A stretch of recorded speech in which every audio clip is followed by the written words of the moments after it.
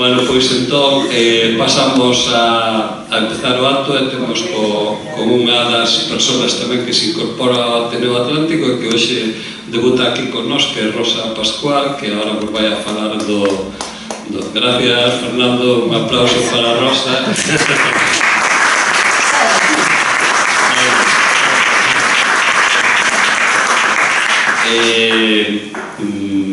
Decir que unha das mágoas que temos é que moita xente quedou afora. Os que tuvestes máis celeridade conseguistes entrar, pero máis de 20 personas quedaron fora e é unha mágoa, algúns que viñeron de Pontevedra ou deixaron de facer cousas e entón un dos problemas que temos no Ateneo é os sitios onde podemos organizar este tipo de cousas que desgraciadamente quedan cativos e logo supoño que agora con esa historia de abrir o Fraga Iribarnes ou Fraga Iribarnes o Teatro Fraga, pois supoño que nos deixarán ali o local para que entremos todos. É un dos obxectivos que temos no Ateneo, é ter un auditorio grande. Noutras cidades como Compostela ou como Ferrol teñen un Ateneo que é un auditorio onde entran máis de 100 personas e aquí en Vigo pois temos que andar sempre no límite e nos gustaría pois ter algún tipo de apoio, pero como non o temos, pois temos que persistir con este tipo de espacios. E sen máis, Rosa.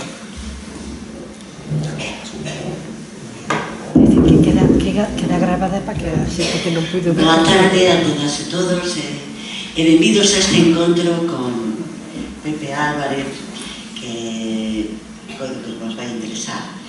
Ainda que moitos ao coñeceres, comezarei facendo unha breve presentación. Pepe, licenciado en Historia, foi mestre e profesor do Instituto.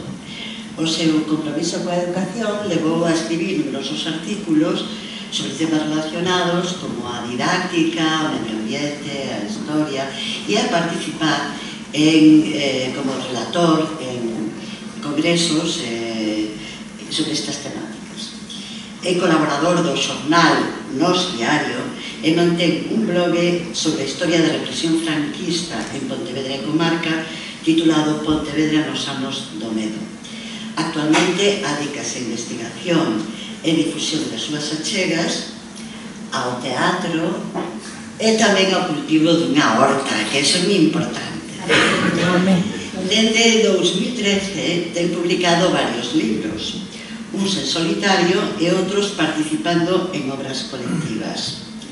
O que caracteriza a súa obra é que responde a unha investigación exhaustiva, manexa diversas fontes, arquivos, fondos documentais privados, entrevistas persoais cos supervivientes da represión e cas súas familias, etc. Este tipo de documentación é o que Ansel Viñas denomina evidencias primarias relevantes de época e que marca a diferencia entre o historiador serio e riguroso e os que non o son.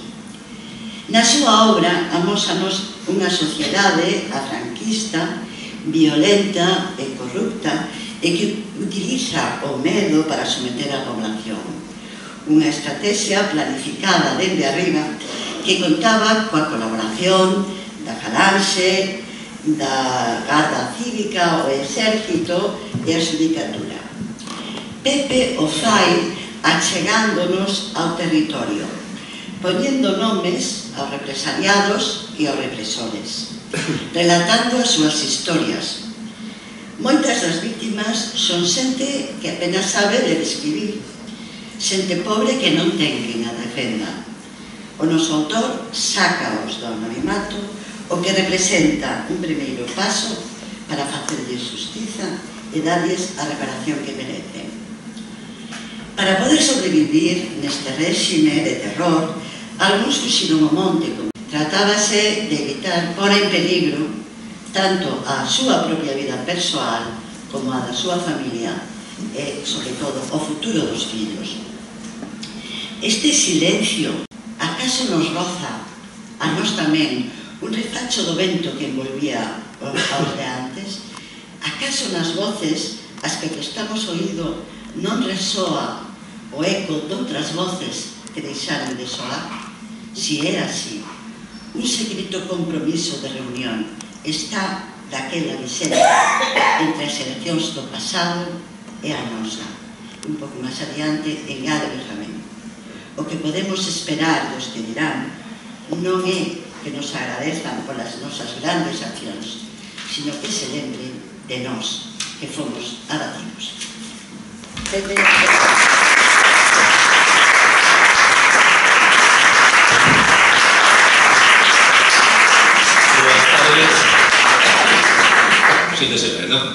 Boas tardes, agradezolle a Rosa a presentación que fixo, agradezo ao Ateneo tamén que pensara en min para vir a falar deste tema e a todos vostedes pola asistencia.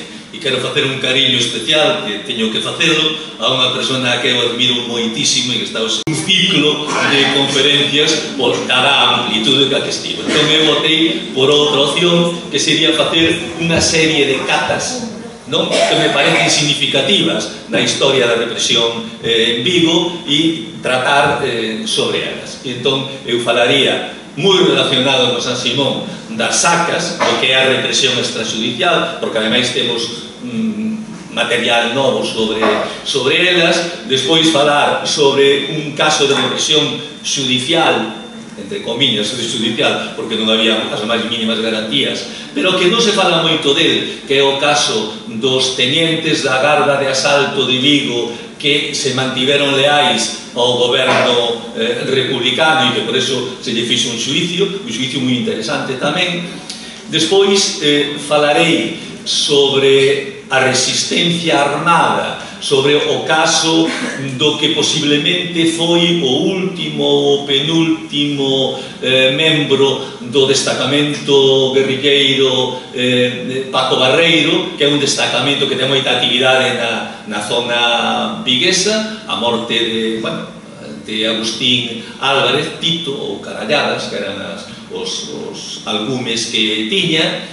E para rematar, e eu penso que me dará tempo porque me vou a ceñir aí o guión, sobre outra historia que sería esa resistencia, porque hai represión pero tamén hai resistencia, e hai unha mistura de represión e de resistencia, ademais de mulleres, de obreiras dunha fábrica de conservas, que é o que nós chamamos esa resistencia difusa, esa resistencia do pobre, que saberedes en que consistía. Ben, para empezar, o antigo Lazareto como campo de concentración, non oficialmente recoñecido así, oficialmente sería colonia penitenciaria, empezou a funcionar a mediados de outubro do 36 e rematou en marzo do 1943. Durante este período vai a recibir distintos tipos de prisioneiros. Nun primeiro momento van a estar ligados sobre todo á zona da provincia de Pontevedra, vai haber presos de todo tipo, vai haber presos preventivos, presos que están a espera de xuicio, vai haber presos gobernativos, que é unha especie de limbo legal que non deixan rastro moitas veces e que poden estar semanas, meses, sin ningún tipo de procedimento judicial contra eles. E despois, nunha etapa, vai a ser tamén acobillo de presos que xa están condenados e que cumplen ali a condena. Por eso se chama colonia penitenciaria, porque os presos tiñan que cumplir a condena en prisións centrais, non en prisións habilitadas, non en prisións provisionais. En canto a procedencia xeográfica, dixen xa que no primeiro momento de Pontevedra, pero depois vai haber dous momentos significativos, que vai a ser a chegada dos asturianos, chamámosle asturianos, pero son asturianos, talentinos, leoneses, coa caída da fronte norte, van a chegar a finais do 37, do 38, e despois tamén vai a chegar un barco que vai a ser unha especie de prisión engadida, que está ali anclado, que é o Upo Mendi, que vai a traer prisioneiros vascos. Un barco que pode chegar 600, 700 persoas que viven en condicións verdadeiramente infrahumanas. E co remate da guerra van a chegar o que nos coñecemos como os vellos. É dicir, presos de todo o Estado, persoas de bastante idade, de 50 e tantos, 60, que para aquela época era moita idade, porque o director xeral de prisións, Máximo Cuervo Radicales, pois foi o inventor do que chamamos o turismo penitenciario, é dicir, que era levar os presos para lugares que non estuveran cerca das súas familias. Era unha doble represión, como poden comprobar. Ele era un xurídico militar, moi ligado á acción católica, e foi un dos fundadores, os sonará a moitos dos que aquí están, da Biblioteca de Autores Cristianos, da BAC. Os presos tiñan moi mal concepto del e facían xogos co seu nome e apelidos e chamabanlle el Máximo Cuervo, non pola forma. Ben, en relación cos falecementos, eu teño que dicir unha cousa. Todos os mortos, aínda os que figuran como por causas naturais, para min son vítimas dunha violencia de tipo xenocida.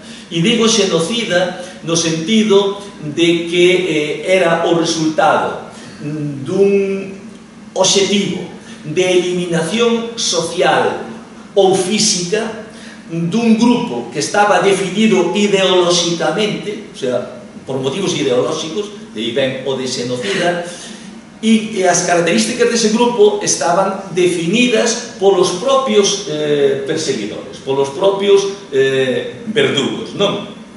E que pensaban que ese grupo non tiña encaixe no modelo de sociedade que eles querían poñer no país.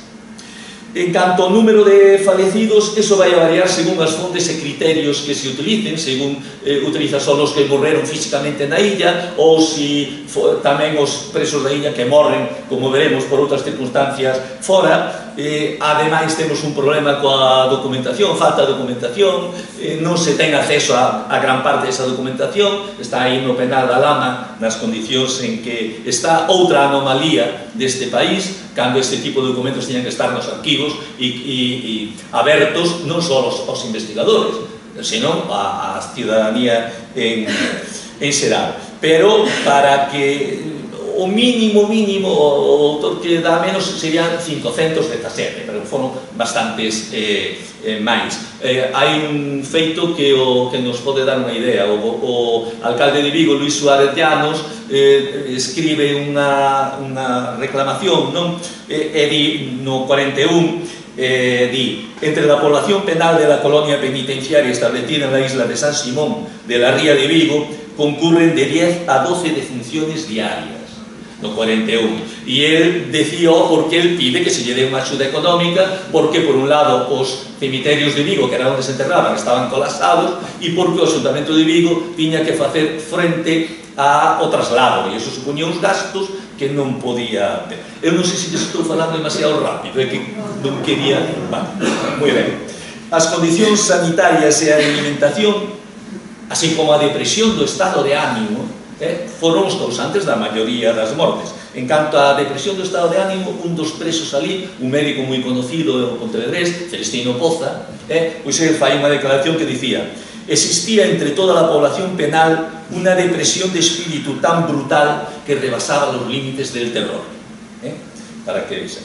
En canto á alimentación, non só foi deficiente mentras estivo de director Fernando Lago Búa, foi un que despois foi condenado polas extorsións que lle fixo a presos, fundamentalmente a un preso vigués, o doutor José Ramón de Castro, un médico de dereitas, pero que era masón, e que allí estaba preso non como din en algunhas publicacións por ser masón, estaba preso por, bueno, legalmente, por que tomaranlle unha escopeta de caza, e iso era posesión de armas. Claro, aproveitábanse de que era masón tamén para darlle caña. Nunha nota reservada policial, cando detiveron a Lago Búa, a policía fai unha serie de notas sobre que pasaba na illa de San Simón, e nunha delas, que está na causa 1219-36, nunha causa militar, topámola e di: durante la actuación de los señores Lago Búa y Bustelo, el funcionamiento del economato ha venido efectuándose de una manera muy deficiente, principalmente en lo que se refiere al rancho. Este, en la mayoría de las noches, se componía de berberechos con fideos, os presos chamaban de linguas de canarios. Os berberechos collíanos eles, ali. Y agua. En los demás días, así como en las comidas del mediodía, era de carne con garbanzos, siendo aquella de ínfima calidad, pues se trata de vísceras y otros desperdicios de las reses. Esta é unha nota feita pola policía do réxime, non? En xeral, as testemunhas din que a comida era moi mala, algunhas veces lle chegaron a dar sardiñas en conserva que les produciron unha urticaria terrible aos presos, ou de coller os berberechos en zona contaminada, fixaros a población penal toda que podía haber ali, pois producía, había epidemias de tifus, despois, en canto ao aglomeramento que había de presos, as condicións higiénicas moi malas, a abundancia de parasitos como piollos, pulgas, chinches de todo tipo, pois causaba mortes, non? Causou a maioría das mortes. A atención médica era deficiente, a atención médica era proporcionada polos propios médicos que estaban ali presos. Por exemplo, os doutores Poza, un médico do Grove, Jacobo Otero Goday, ou un médico que era asturiano, Fernández Sanguino, e que cos medios máis mínimos para poder atender aos seus compañeiros presos. Coa chegada dos vellos, as condicións son moito peores todavía. Hai un testimonio de Alfredo Bautista Alconero, o Reixiño, en Aillados, un libro e un documental que se fixo sobre a illa, que decía así: eran tantos os piollos que traían que nunhas caldeiras grandes que había, a parte da que tiñan para facer o rancho, poñían agua a ferver e botaban as roupas daqueles homiños ali. Claro, quedaban esos piollos na cabeza, quedaban nas partes. A masa branca que quedaba, que subía a flotar naquela auga, é algo que non... Eu mirei na primeira vez e non o volvín mirar máis. Era algo espantoso, non podemos imaginarnos iso, non? Os internos do barco Upomendi, pois isto estaba agrandado, chegaron a comer ratas, a cazar ratas e comerlas, non? Tampouco faltaron os malos tratos na illa, malos tratos moitas veces tamén de tipo psicolóxico. Hai un patio que lle chamamos o patio das arengas, e ali os poñían e os obligaban a facer o saúdo fascista, a cantar o calesol e a sufrir as predicacións dun jesuíta, ese jesuíta famoso, o padre Petronilo Nieto, non? Que os estaba ali imprecando e tal. Tuveron tamén traballos forzados, foron obrigados moitos presos, nas condicións malas de calzado, de ferramentas e tal, fixeron a estrada que vai dende o porto ata a carretera xeral en San Adrián dos Cobres, e tamén fixeron obras na propia illa, esa avenida toda que alrededor, que eles, os pobres, todos ilusionados, puxeron de avenida de Teruel, porque coincideu coa reconquista de Teruel na fronte, efímera, non? Pois fixeron eles tamén. Outros falecementos foron debidos a intentos de fuga. Era moi difícil fugarse de San Simón. Ali hai unhas corrientes moi grandes. Hai dous, polo menos, que sabemos que sí que o conseguiron. Dous asturianos e que o conseguiron. Depois hai un que morreu, Emilio Sallar Orellán, que ese morreu afogado, claro, en decembro do 36. Outro, Rufino Miranda Cabral, que logrou escapar, pero colleron, entón volveno á illa e depois fan unha saca de noite e o matan. Eu topei o documento justificando a lei de fugas non famosa, o 12 do 36, non? Tamén houbo suicidios de presos, algún suicidio houbo colgándose de árbores, sobre todo no grupo este dos vellos, non? Eran persoas derrotadas física e moralmente, non? E iso explica algunhas destas cousas. E depois temos que ter en conta tamén os executados fora da illa. Algúns deles, porque foran, para cumprir condena, foron trasladados ao penal de Ezcaba, ao forte de Ezcaba, en Pamplona, ou de San Cristóbal, outro nome que teñen, ou a prisión de Astorga. E sobre todo na fuga que hubo 22 de maio, creo que foi, do ano 38 en Ezcaba, que depois ali os cachan como, van a cazarlos como se foran coellos, pois morreron algúns dos que estiveran aquí na illa. Os únicos fusilamentos documentados no interior da illa, xa que ver eso, foron os de 8, pensábamos que eran 7, pero foron 8 asturianos que foron fusilados ali a noite do 5 de agosto ao 6 de agosto de 1938. Estos foran condenados a morte, estaban presos en Camposancos, foran condenados a morte polo Tribunal Permanente número 1, que actuaba en Camposancos e que se encargaba de xulgar os asturianos. Estaba presidido por un conocido aquí en Vigo, Luis de Vicente Sasiaín, non? Un militar.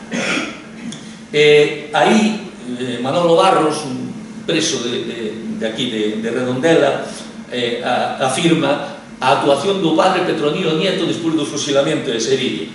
Entonces, cando o tenente da forza lle deu o tiro de gracia, el co bastón abrindolle a boca dille: no, un tirito más, a este un tirito más, porque aún está vivo, non ve que está vivo, dele un tirito más. Estudiou Manolo Barros, que era un preso que estaba ali.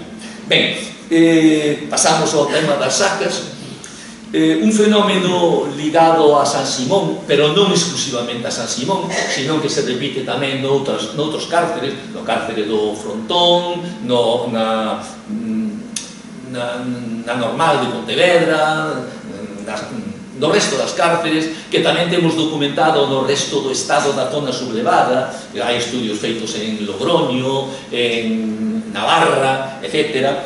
Eso indícanos que non era este método, non era unha routada de algún sanguinario verdugo de Vigo, del Rabioso ou de Pontevedra de Vítor Lins, sino que obedecía a unha estrategia xeral de toda a zona sublevada, non? Estos eran os executores con máis ou menos maldade, verdad? Pero obedecían a unhas consignas, non? As sacas consistían en que ian de noite con unha lista, quitaban grupos de presos, un ou máis, ou ten chegado a quitar 11 dunha vez, se entregaban á Guardia Civil e ás milicias, non, falanxistas ou da Guardia Cívica, según a zona, e despois se aparecían os corpos, claro, fusilados en determinados lugares. Casi sempre hai uns sitios aí que se repetían, non? A Cuncheira, o Trasmañó, aí en Redondela, ou na carretera de Ponte Caldelas en Pontevedra, na Monte da Fracha, bueno, moitos outros sitios, non?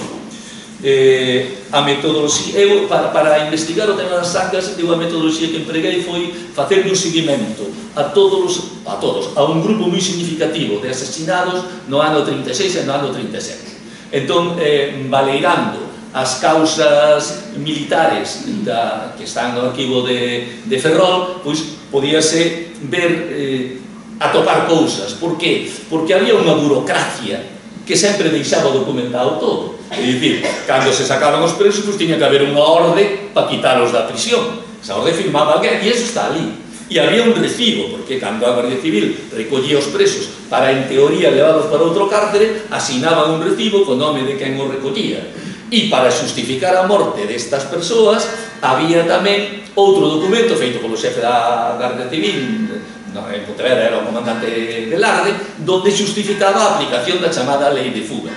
Son xustificacións iguales en todo, só se lle cambia o nome prácticamente, son todas moi iguales. Bueno, vendo ese tipo de documentación, consultando tamén documentación privada, porque temos a sorte de que había un alcalde de Vilagarcía, Valentín Briones, que estaba preso na illa, e o xefe, o cabo xefe da Guardia Municipal de Vilagarcía, Bienvenido Lago, que eses na illa van facendo un diario. E nese diario, aparte de darnos información sobre o que pasaba na illa, vanos dicindo os que ian quitando cada día. O sea, nas sacas, ou que ian levando para fusilar porque estaban xa condenados, ou que trasladaban de prisión, non? Entón, hai unha cousa moi curiosa. Aquí vas confrontando esos documentos privados, non? Pero de primeira mano, que ti dicías, non?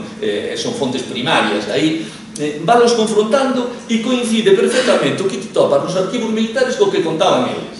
O sea, os nomes, as datas, quere dicir que lle dá un plus de veracidade, non? Nunha nota reservada que aparece nunha causa militar feita pola policía, pola comisaría da policía, e que coincide co que poñían estas persoas, din, por exemplo, o día 8 de novembro de 1936 sacan de San Simón 11 presos para conducilos ao cárcere de Redondela. Nos, esos 11 presos, fixamos o seguimento, son os 11 presos que matan na volta do Couto, a saída de Pontevedra, e que están na foxa común do cemiterio de Tenorio. As excavacións non deron resultado porque se fixeron panteóns en riba, que é unha cousa habitual, non? O día 9 efectuaron o mismo con 8. Aquí hai varios de Vigo. Hai Manuel Lustre Rivas, periodista do Faro de Vigo.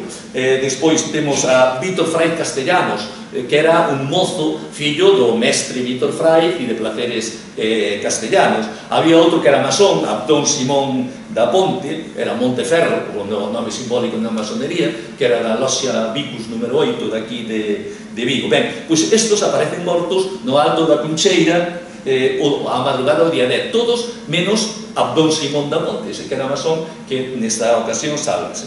O día 11 sacaron a 5 con outros máis, Antonio Fariña Duque, pretexto de traslado ao cárcere da Cañiza, isto é importante, e onde aparecen? Pois mátanos en Xeve, que para ir á Cañiza, evidentemente o de Xeve está máis ou menos na dirección contraria, non? Están aínda enterrados na foxa do cemiterio de Xeve, que está entre o cemiterio e a igrexa, e eu tuve a sorte de falar con varias persoas, algunha delas que presenciou como se enterraban, e a actuación humanitaria do cura de Xeve, do Manuel Ogando, que era un tipo moi bo, que se portou como deberían portarse todos, pero que non foi así. Como exemplo, un desos paseados, podemos coller como exemplo do mecanismo, non? Era Alberto Casal Dozo, chamaban tamén o Rosquilleiro, era de Cambados, e ese, fíxense, nunha causa militar, na 199-37, aparece un oficio do xefe do Lazareto que comunica que Alberto fora trasladado ao cárcere de Redondela o 11 de novembro. Dos que salen aí nas notas reservadas, xunto con varios máis. Existe o recibo da entrega. No cárcere de Redondela certifican o ingreso, hai o recibo conforme ingresaron, e indican que o 12 de novembro fixérase cargo deles a Garda Civil. A Garda Civil firma un recibo co nome do Garda Civil encargado do traslado, que é xefe, non? E despois hai a justificación da morte. Nun informe dice que ao chegar á parroquia de Xeve, ao deterse o vehículo por avería, tentou a fuxida, e ao non deterse ás voces de alto, a forza condutora causoulle a morte. Pode ser, o habitual, non? Hai outros casos, como son Antonio Chaves do Río, que era presidente do Sindicato de Industrias Pesqueiras e Oficios Varios, da CNT de Cambados, un destacado dirigente sindicalista, que se o pasean o 28 de decembro do 36, Benito Fernández do Alboa, o 4 de 1 do 37. Estes dous casos son interesantes por dous motivos. Porque estas persoas estaban xa xulgadas e condenadas a reclusión perpetua. O sea, que non é certo que se di moitas veces en algunhas publicacións que se di os que estaban xulgados, esos non se paseaban, non? Porque xa dependían das autoridades militares. Para nada, aquí temos o caso. E ademais é interesante porque despois de ser condenados a cadea perpetua, vese o poder que tiñan as delegacións de orden público e esa especie de tribunal que decidía as listas, porque enmendan a plana aos propios xuíces militares. Eles os condenaron a cadea perpetua, pero eles quítanos e mátanos. O sea, en realidad eles condenanos a morte como se fora unha segunda instancia. O mestre de Cangas, Vicente Sáenz Ruiz, é outro dos que sacan. Abraham Zbarsky, os Zbarsky era unha familia de dentistas extendidos por toda Galicia, que eran xudeos, e que tamén tiñan en Vigo. Había parte da súa familia que eran dentistas en Vigo, os Cooper, e tamén un fillo, Elías, un fillo de Abraham Zbarsky, era unha persona moi conocida en Pontevedra, o Partido Socialista, pois tamén tuvo represalias aquí en Vigo e foi expulsado cara ao estranxeiro. Estos cóllenos e sácanos o 28 de 12 do 36, fíxense o Día dos Santos Inocentes. E nun traslado de cárcere a Ponte Caldelas, pois aparecen, mátanos no Monte da Fracha, ali en Marcón, que ali era un sitio límite entre municipios, eso aproveitaban moito, non? Para evitar deixar moitos rastros.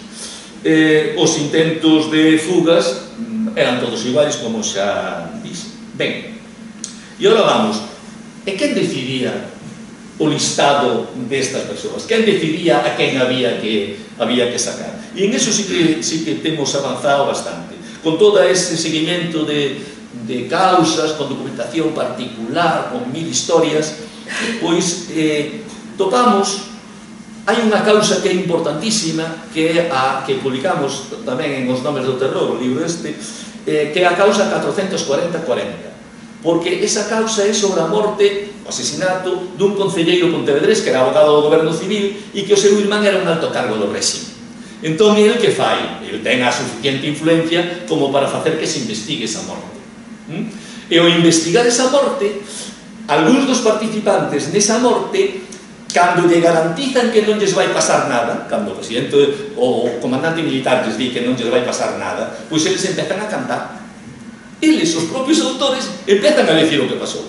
E empezanos a contar onde se decidiu esa morte. E quen decidiu esa morte. E foi nunha reunión que hubo no cuartel da Feira, da Guardia Civil Pontevedresa, que tamén era da Guardia Cívica, donde estaban o comandante Velarde, xefe accidental da Guardia Civil, o verdadeiro cerebro do terror na provincia de Pontevedra, estaba o diputado da Renovación Española, Víctor Lisquivén, o médico Víctor Lisquivén, tamén conocido polas súas andanzas, xefe da Guardia Cívica Pontevedresa, que era tenebrosa, a de Vigo non era así en estos temas, e tamén o delegado de Orden Público e que logo era gobernador civil, teniente coronel Macarrón, teniente coronel da Guardia Civil, Ricardo Macarrón Piudo. Para ver un pouco, noutra causa tamén nos confirma o mesmo. Vamos a outra causa que é a 403-37 e hai un informe de Falanxe Española sobre Vítor Lis, donde di, formó parte del tribunal, entre comiñas, que condenou a muerte a Alberto Martínez. Que di, outro indicio máis na mesma dirección, unha fonte que non está relacionada coa anterior. E despois, anos despois tamén, no 39, hai un vigués, Vicente Guillén Biel, dos famosos irmáns Guillén, que foron da partida dos maletas, oirían falar, non? Dos fuxidos, pois tamén confirma, porque el foi un dos que sacaron ese día, pero que tivo a sorte de que cando os matan en Bueu, nunha carballeira cá en Bueu, e depois fondeanos no mar, el logra escapar, está polo monte e tal, depois ven para aquí o refugiado, van a coller despois no ano 41 e fusilano en Pontevedra, condenado a morte no ano 42. Como ven, van coincidindo cousas e nos van dando as mesmas claves. Pero fai tempo, 2 ou 3 anos, Emilio Grandío, un catedrático da Universidade de Santiago, publica unha carta que é importantísima, porque ademais confirma todo o que levábamos nós investigado e ademais que o completa ainda, que é a carta que Fernando Lagobúa, 3 días antes do xuicio, o Lagobúa era o director da prisión de San Simón, non? Escríbelle a súa muller. Ele escríbelle a súa muller sabendo que o van a condenar a morte. El sabía os mecanismos e sabía que as sentencias estaban dadas de antemano. Entón, no relativo á zona de Pontevedra confirma todo o que xa sabíamos, pero aquí interesados o que el di para Vigo e que tamén é importante. É unha cita moi longa pero moi interesante, e eu que vou facer, vou ir lendo a cita e vou ir contextualizando, non vou ir dicindo este para entenderlo, non? Di así: los tribunales hai que entender, el chamalle tribunales, pero son as reunións nas que decidían, non? Los tribunales en Vigo lo componían el delegado Gándara. El delegado Gándara era o capitán Gándara, que era o delegado local de orden pública. Eso eran os que tiña máis poder, sempre. Capitanes Guardia Civil, Teresa e Medina. Vamos a ver. Teresa era Joaquín Teresa Pomares. Joaquín Teresa Pomares estuvo pouco tempo, os primeiros días, e era un home que tuvo moita actuación represora na zona da Guarda e na zona de Tui. E Merina non era Merina, aquí Búa equivócase de apelido, era Merino, era Ramón Merino Morales. Ramón Merino Morales tamén tiña os seus antecedentes. Ramón Merino Morales era, sendo xefe de liña da Guardia Civil de Tui, foi o que mandaba as forzas que dispararon contra os campesinos nos sucesos de Sobredo, dos famosos dos mártires de Sobredo. E al marchar estos, el teniente Francisco González, super conocido en Vigo, era o que aquí lle chamaban o Rabioso, Francisco González Rodríguez, non, o Rabioso. Tamén lle chamaban, ele estivera en Caldas, chamabanlle o Filloas, non sei por que lle chamaban o Filloas, pero era outros alcumes que tiña. E tiña os seus antecedentes porque foi denunciado moitas veces no ano 35 como represor do sindicalismo anarquista ou cenetista tamén en Tui, con torturas e cousas dese tipo. Pois eso, el Rabioso, que al mismo tiempo era el que hacía las fichas de los que se les aplicaba la ley de fugas. También asistíamos el delegado de Pontevedra, o delegado de Orden Público de Pontevedra, en realidad era su delegado, pero exercía de delegado, que era o capitán Calderón Montero Ríos, unha familia aristocrática pontevedresa, que van a cambiar a principios de novembro. E van a cambiar por outro moito máis duro que ele, o comandante Julio Fernández de los Ríos, que ademais lle mataran un fillo no frente e, polo tanto, pois, era máis duro, non? E yo era Búa, o que escriba a carta, e di: yo era el encargado de ver los expedientes procesales de los detenidos que se les iba a aplicar la ley para ver a disposición de qué autoridad estaban, lo cual comunicaba al señor Gándara, visitando al comandante militar de Vigo, Felipe Sánchez, que llamaban Capillitas, o Felipe el Hermoso, porque era muy cerrado, para ponerle al corriente. Y después visitaba a los jueces a cuya disposición estaban para preguntarles si del sumario del detenido se deducía la pena de muerte. Y si no era así, le pedía autorización para quitarles de noche, y así se hacía por la Guardia Civil, dando yo por oficio la orden de traslado de una prisión a otra. Quero dicir que aquí nos está dicindo o nome das persoas que actuaban, está dicindo unha cosa que está ali, e como era o mecanismo. Por exemplo, no caso de Lustres, prodúcese unha discusión no tribunal, Lustres Rivas, o periodista, porque Gándara e o Rabioso queren sacalo porque Gándara dicía que o criticara no periódico e o Rabioso presenta un informe moi duro contra ele, pero o delegado gubernativo pontevedrés, o de toda a provincia, que era o que tiña máis poder, evidentemente, que era o capitán Calderón, pois ese di que non, inténtalo 3 veces. E a cuarta, como se cambiou o capitán Calderón polo comandante Fernández de los Ríos, o Fernández de los Ríos dalle razón a esos outros dous, e entón quítalo e sácano. Acordaros que foi un dos que vos dixen eu que saíra nese grupo de 8 que matan aí en Trasmañón. Ben, hai máis datos en outras causas, non, que nos confirman isto, non? Por exemplo, no caso de Lustres hai declaracións de Búa a unha serie de testemunhos que nos din así. Entón, para resumir o tema, en Vigo, quen decide? Delegado de Orden Público José Gándara, delegado de Orden Público Provincial Ernesto Calderón e despois Fernández de los Ríos, xefe da Guardia Civil Francisco González. Quen autoriza? O comandante militar Felipe Sánchez. Quen executa? A Garda Civil. E en Vigo, Falange Española, as milicias de Falange Española. En Pontevedra é a Guardia Cívica, pero en Vigo a Falange estaba moito máis organizada. Quen era o xefe das milicias de Falange Española? Era Jorge Mondina Docente, non? Búa asiste aos trámites carcelarios. Eu non creo que tivera moito poder de decisión. Ele é o encargado de facer os trámites para que os deixen quitar dos cárceles. Os asesores xurídicos militares e os auditores, esos tamén están enterados, porque en realidad esos son os que moven os fíos nos xuicios e por tanto teñen que saber se o van a condenar a morte ou non. Entón seguramente están enterados. A máxima autoridade, como decíamos, no caso de Lustres, é Calderón, porque ademais sabémoslo porque en Pontevedra pasa unha cousa. Velarde e Lins teñenlle moita manía o médico Poza a Mancio Camaño encima de Vila, que depois o van a condenar a morte, e algún outro máis, e queren sacalos.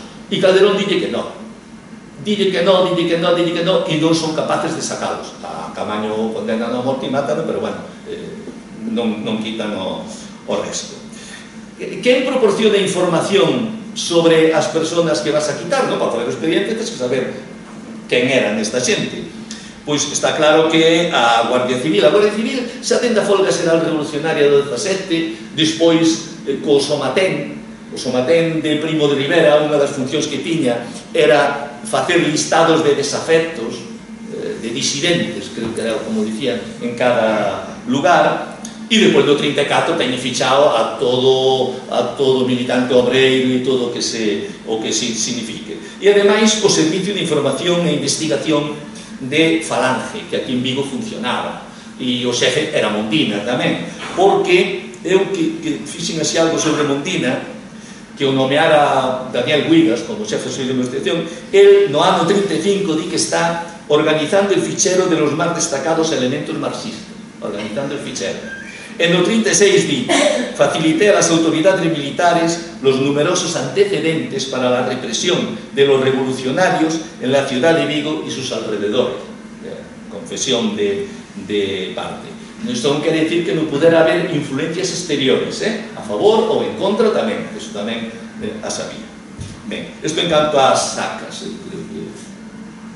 bueno, xuicio a militares leais. Vamos a ver. Esta é unha causa, como dixen antes, descoñecida, pero moi significativa. Significativa porque se trata dun xuicio a militares que se mantiveron leais á República, o que desmonta toda esa construción que di de maneira unánime el ejército español se suma al pueblo para eliminar a los rojos. Eso non é certo. Hubo moitos militares leais. Non hai máis que recordar que as máximas autoridades militares e da Marina de Galicia foron fusiladas por opoñerse ao golpe. Dos 10 xerais con mando en regións militares, só se sublevan 3 e se fusilan a 16 xerais. É dicir, isto foi un golpe de capitáns, comandantes, bueno, os xerais que todos conocemos, non? Bueno, e tamén por outra cousa interesante, porque hai un abogado civil. Rarísimo nos consellos militares non hai abogados civiles, pero aquí hai un abogado civil, e hai un abogado civil moi coñecido, que é Valentín Paz Andrade.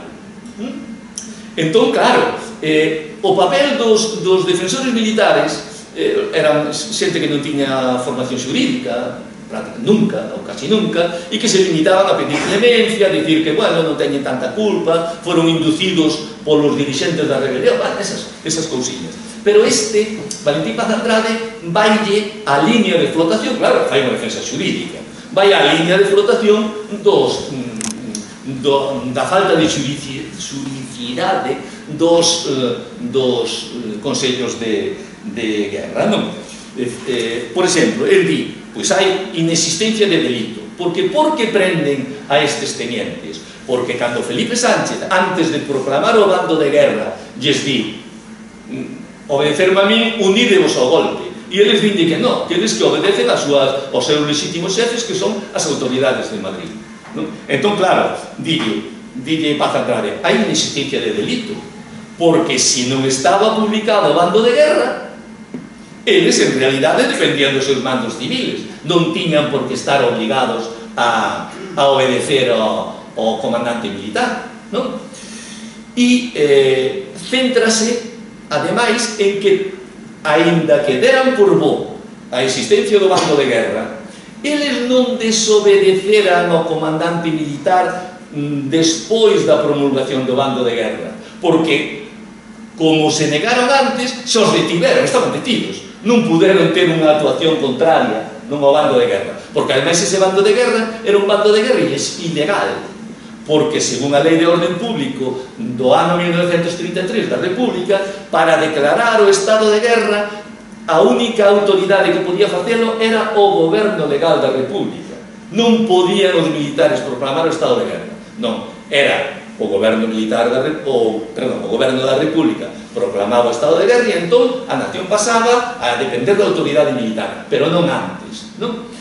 E ademais, Valentín Paz Andrade vai ataca a línea de flotación dos xuicios dicindo o carácter de irretroactividade das leis. Dille así: es principio elemental de derecho penal aplicable a todas las jurisdicciones que no hay delito mientras no se crea la ley que lo castiga. Si se mantuviera la presunción de criminalidad que el auto implica, el principio de irretroactividad de la ley penal, en lo que no favoreciese al reo, quedaría abiertamente vulnerado. E ademais discuten a autoridade militar, din que quen tiña que xulgados en último caso serían civiles. Claro, a reclamación de Paz Andrade vai ao general da octava división orgánica e el di que non hai que andar con rollos de tipo doctrinal, que van a xulgar os militares e que ademais quitan o abogado, que un abogado civil non pode defender os militares. Entón nomean ao teniente coronel de infantería, tamén daqui de Vigo, Manuel Canella Tapia, non? O Consello de Guerra pois condenaos a 20 anos de prisión, expulsión do ejército. No Consello de Guerra é interesante, porque o auditor, que era o que sabía de leis, era Gonzalo Fernández de la Mora e Azcué, que lle sonará todos pai dun ministro famoso. O xefe da asesoría xurídica e fiscal era outro tamén coñecido, Joaquín Otero Goyanes, fundador de Metalúrgica del Noroeste, de frigoríficos Frinsa, dono da illa de Sálvora. Tamén interesante, non? Outra cousa interesante deste xuicio é que no ano 1976, a primeira lei de amnistía, ou seja, que depois hubo outra no 77, a primeira de Adolfo Suárez de Rei, pois Fernández Nortes, un deles, solicita a amnistía, pois eu quero reingresar, quero que me paguen no tal e quero que me poñan como estaba antes da condena. E neganllo porque o artigo 8 da lei de amnistía dicía non serán sobre os militares, di que os militares a quen lles aplicasen a amnistía non serán por ello reintegrados en sus empleos ni carreras. Era unha imposición que fixo o exército para que non se meteran os militares republicanos que ainda vivían, os poucos que viviran, e ademais, sobre todo, para os militares da UMD. Eso vai pasar despois coa do 77. Ben, bueno, a ver, se non nos dá para a última, pero intentarei. A morte dun guerrilleiro, vamos a ver, sería a segunda. Se miramos o atestado da Guardia Civil, o 30 de maio de 1947, ás 6 da mañán, localizan a unha persoa que está armada na plaza de abastos de Teix. Entón baixan un cabo e 2 números da Guardia Civil, e cando di o atestado que cando ese home os mira di: ai cabrones, ya estáis aquí. Entón empeza un tiroteo e o mata. Ben, poñamos de contexto a cousa, non? Ese morto é Agustín Álvarez Araújo, que era dali da zona do Paraixal. Tito, ou Caralladas, eran os alcumes que tiña. Este desertara do exército franquista, fora membro dunha... e por eso fora preso, pero depois puxaron en liberdade condicional. Era membro dunha célula comunista que había con xente de Redondela e de Teix, e que coas caídas que sufre a organización comunista, que sufría caídas continuamente, que estaban moi infiltrados, non? Entón, cando había unha caída, cando miraban antes de que os foran a deter, o que facían era unirse á guerrilla, non? Primeiro aos fuxidos e depois xa cando había guerrilla a guerrilla. Entón el tamén uneuse ao destacamento Paco Barreiro. Os destacamentos eran unhas agrupacións guerrilleiras que eran as sucesores do que antes éramos grupos volantes, non? Paco Barreiro estaba aquí mandado por Manuel Simón Campos, alias Chanote, ou Luis Peña, e o comisario político era Abelino Otero Montes, Abelino ou M. López, non? E había membros que algúns lles sonarán, porque, por exemplo, tiñan a Claudio Rodríguez Crispín, que era desa célula aí desa zona, Emilio Domínguez, Víctor García, teríamos moito que falar del, pero non nos vai a dar tempo. moito máis rápido, que foi o reorganizador do Partido Comunista, reorganizou guerrilla no norte de Portugal, na zona de Castro Laboreiro, e que está en Vigo porque trae a organización, a dirección do Partido Comunista Galego, traena para Vigo, pero despois vaise unir a este grupo cando cambian un pouco as cousas, non? Entón, que pasaba? Houbera unha reunión de todo o destacamento, tamén coa xente de Bandeira, porque tiñan un grupo en Bandeira, no Monte do Poulo, aí en San Paio, a noite do día 21. Claro, cando terminan a reunión, matan, a Guardia Civil estaba rodeando todo, seguramente hubo unha infiltración, sospeitase de que foi un tal Alejo Pablo Mora, o santanderino, porque depois vai pasarse a Coruña e causa unha verdadeira desfeita na guerrilla da Coruña, ata que se dan conta e o axustician a os propios compañeiros, cantaba con eles, non?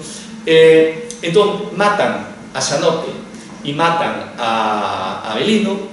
Hai outra versión que di que se suicidan eles ao verse rodeados, deteñen a dúas persoas, a Ramón Villar e a outro que non me acordo o nome, e esos empezan a cantar tamén. A maior parte dos que poden escapan, claro, a zona de Bandeira. Había unha serie de enlaces que os levaban por Ponte Caldelas, Cerdedo, Forcarei, non? E Tito queda prácticamente indefenso. A Guardia Civil empeza a actuar, el quere refugiarse en Teis, hai dúas mulleres que o miran e que o recoñecen, e produce un incidente e mata esas dúas mulleres. Entón, el escapa por todo Vigo, producense tiroteos na zona das Travesas, junto ao Instituto Santa Irene, e no último momento el vese desesperado, vese tan acosado que vai outra vez para Teis. E produce unha cousa que é épica, é como de películas de vaqueros. É o que contan as testemunhas das mulleres no atestado, non? Di que ás 3 da madrugada escoitaran un disparo e unha voz que berraba: tanta tropa para matar a un hombre, pois estoy yo solo, e cantaba o himno da República. Tamén gritaba: Maquieira, por que non te presentas? Estoy solo, viva la República. Hijo de la gran puta, tanta patrulla para un hombre solo. Maquieira, los galones que tienes non los ganaste trabajando, los ganaste matando e asesinando. Como vedes, é un pouquiño diferente da versión do atestado. Maquieira era o capitán Manuel Maquieira de Lis, que era capitán da Guardia Civil, fora lesionario, e que foi o encargado naquele momento de eliminar a guerrilla na nosa zona. A partir do 47, ademais, o director general da Guardia Civil, Camilo Alonso Vega, o famoso Don Camulo, pois dou ordes de que non podían quedar testemunhas e, de feito, se produce un repunte grandísimo de aplicación da lei de fugas. Despois de matar a Tito, o destacamento Paco Barreiro na zona de Vigo queda desarticulado, marchan todos para a Bandeira, ali está parte do grupo, que son os corcheiros, Miguel Nicolás Esperante, Eugenio Rueda Perosán, e é cando Foucellas, o máis conocido, baixa da provincia da Coruña, faise cargo da quinta agrupación e engloba a todos esos e a varios que se meten, algúns deles que os meteu Manolo López Esperón, como Julio Bazarra e algún máis. E depois, eso xa sería outra historia. E xa, podo, 2 minutos. 2 minutos xusto. Non, é para falar das mulleres resistentes. É na fábrica de hijos de Antonio Alonso, hai unha obreira falanxista que denuncia que hai outras obreiras que se meten con ela por ser falanxista e que ademais din que cantan cancións populares, pero que en realidad que lle cambian as letras para meterse co régimen e ademais fixamos como di que nas cancións se ofendía al generalísimo, su hija y a la falange, de la que dicen os eu da filla de Franco non sei como se meterían con ela ni por qué. Claro, a delegación sindical os sindicatos verticais pasa ya ao comandante militar e fan unha averiguación e efectivamente ali na fábrica esa traballaban 300 obreiras e parece ser que facían eses cantos. O informe da policía tamén nos dá idea do que pensaba a policía e o réxime dos obreiros, non di?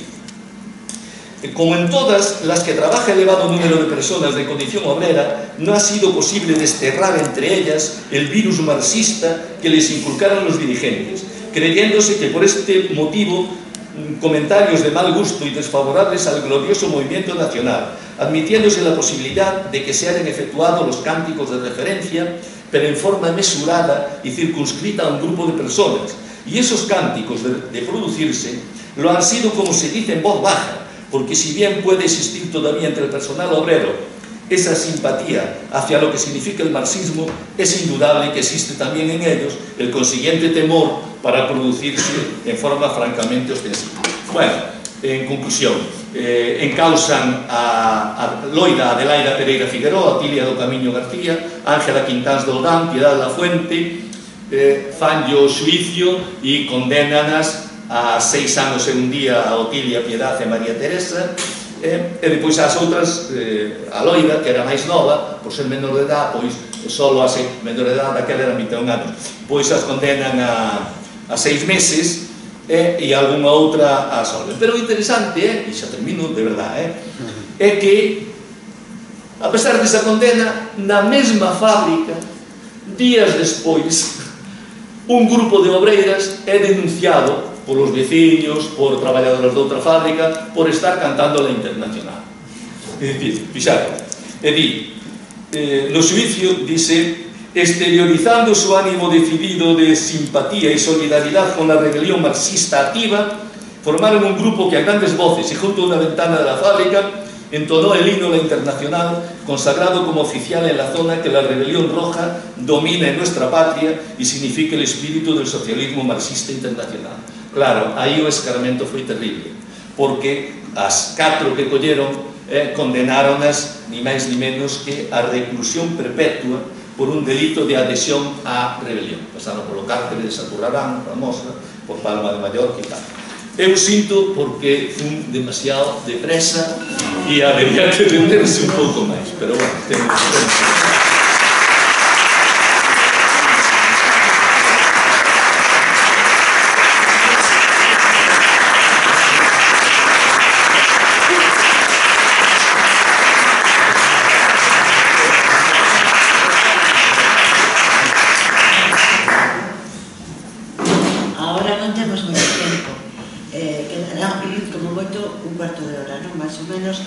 Entón, se queres procurar de ser breves, se queres facer preguntas o que queira, despois damos a palabra, vale?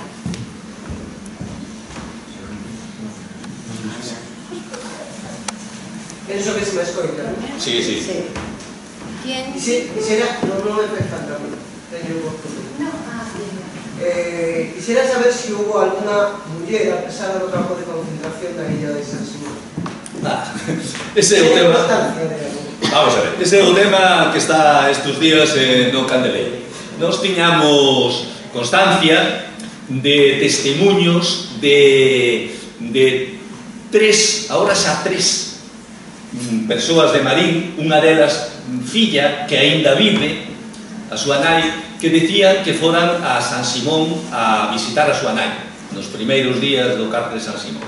Ben, Monse Fajardo, a investigadora, acordábase, que está aí abaixo, foi das que non pudo entrar, pois acordábase de que Rosalía Génova, unha presa de Vila García, a filla lle dixera que viñera a San Simón a visitar a nai. Eu, a verdade, cando me dicían isto, sempre era estético, non? Porque a nivel documental non tiñamos nada. Pero, repasando papéis, precisamente falando con Monse, repasando papéis destes que temos por ali, atópome un listado que era un listado de un xuíz militar que lle pide darle un listado aos do cárcere, non? De San Simón, e dille, dime os que estiveron, os que non estiveron e tal. Entón aparece ali este testigo, e nun deles aparece Otilia Meis Pintos. Sale de San Simón el 27 de octubre de 1936. Otilia Meis Pintos é coñecida, sei da súa historia, un dos seus fillos vive aquí en Vigo, Moncho, que ao mellor algún de vos o coñece, porque é así coñecido, e sabía que estivera presa, que non sabía que estivera na illa de San Simón. Claro, cal é a interpretación que se me ocurre, ou que nós pensamos que pode ser? Porque se estiveron poucos días e non deixaron huella documental que non saibamos, salvo esa, non? Que é unha huella así directa, non? Que posiblemente, ou por un exceso de xente no cárcere de Pontevedra na sección de mulleres que non cooperan e que provisionalmente as puxeran os días, non? Ou que as empregaran os primeiros días para tarefas de limpieza, de acondicionamento, que botaran mantas presas. É a única posibilidade que eu lle vexo. Pero está moi discutido, e isto está... Non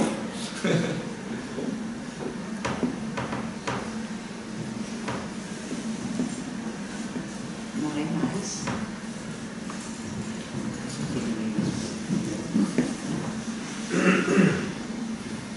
Sí. Sí, mira, hoy primeiro dalle nada voz pola definición e o ben que falou a conferencia. Eu quería preguntar a nivel semántico, se está falando aquí do, de feito, pon aí o cárcel de San Simón, ti falaches do campo de concentración, pero por lo que dixeches e por que fuches aportando, eso era un auténtico campo de exterminio, por as condicións que había, non? Claro, o que pasa é que cando falamos de campos de exterminio falamos sempre asociando casi aos campos de exterminio do Terceiro Reich, non, e por iso non se utilizou. A ver, técnicamente o campo de concentración de San Simón foi un campo de concentración sobre todo en determinadas fases, porque un campo de concentración que é un lugar onde se teñen detidos que aínda non foron clasificados, non? Os campos de concentración servían para clasificar, é dicir, pois estos van a ser xulgados, estos son afectos, estos poden ser con unha multa, etc. En determinados momentos sí que foi un campo de concentración, en varios meses ou anos, se ti queres. Pero a denominación oficial foi a de colonia penitenciaria. E esa denominación oficial ten un porqué. Esa denominación oficial ten un porqué porque para poder recluir a xente xa xulgada, según as propias leis penitenciarias, tiñan que ser cárceres de xeito oficial, non? E unha das modalidades era de colonia penitenciaria. Pero eu sí que estou de acordo co que di vostede, non? Quer dicir, campo de concentración e dadas as penosas condicións materiais que había de hacinamiento. A ver, hubo un determinado momento en que cada preso tiña 38 centímetros cando se deitaba no chan, que tiñan que poñerse todos de acordo para virar, ou tiñan que pisar aos outros para ir aos váteres entre comiñas, condicións, bueno, todas as que acabamos de falar, que podríamos entendernos moito máis. Pois, efectivamente, por iso eu falaba, e creo que se debe falar, e hai historiadores que falamos desa maneira, considerar este tipo de violencia unha violencia política de carácter xenocida. Porque de carácter xenocida non é como pensa a xente que é polo seu gran tamaño, non, porque hai unha vontade de exterminar de alguna maneira física ou social, a un grupo definido por motivos ideolóxicos. Claro, eu xa sei que legalmente as leis internacionais eso non recoñecen como xenocidio, porque según as leis internacionais xenocidio é cando se persigue por razóns étnicas ou religiosas, e por razóns ideolóxicas, entón, que é? Non? E aí nós, algúns historiadores, nos metemos no grupo da Real Academia Española, da definición de xenocidio da Real Academia.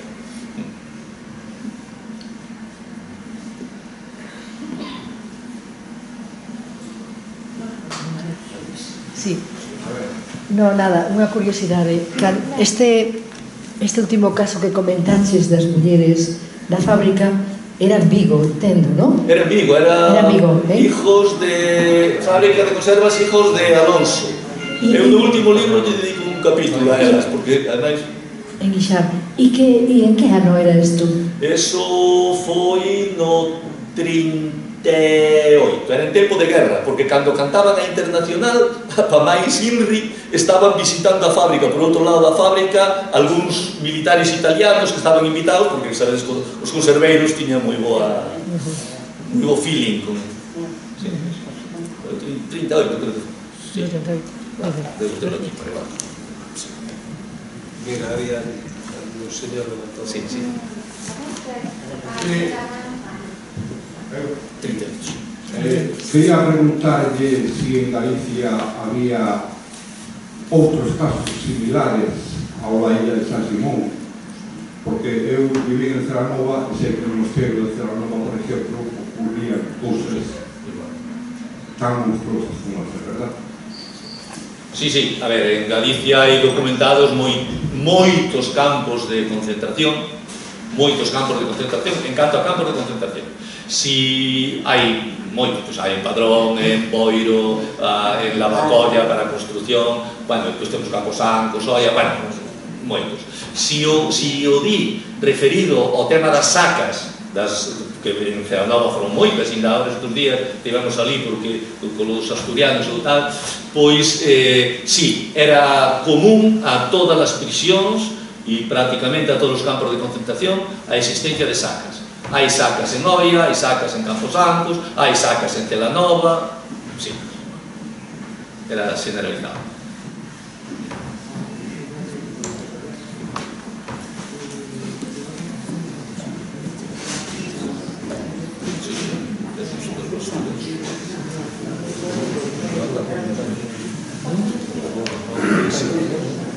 Termo, queres decir algo? Sí, Termo, dale aquí o micro al señor Termo. Sí, gracias. Non foi unha rebutada. As consignas do General Mola para o golpe, as puxan en circulación en abril, ao mirar co Frente Popular ganar as eleccións, dicen así: se tendrá en cuenta que la acción ha de ser extremadamente violenta para controlar al enemigo que es fuerte y bien organizado. Desde luego serán encarcelados todos los directivos de partidos políticos, sociedades y sindicatos no afectos al movimiento y se le darán castigos ejemplares a estos individuos para cortar toda acción de rebeldía o huelga. Parlamentar jamás. Esta guerra tiene que terminar con los enemigos de España. Hay que sembrar el terror. Tenemos que crear una situación de dominación, eliminando sin escrúpulos ni vacilación a todos los que no piensen como nosotros. Remata.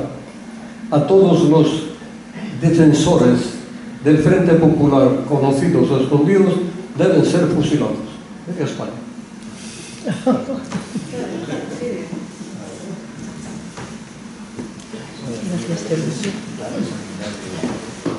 Bueno, moitas gracias.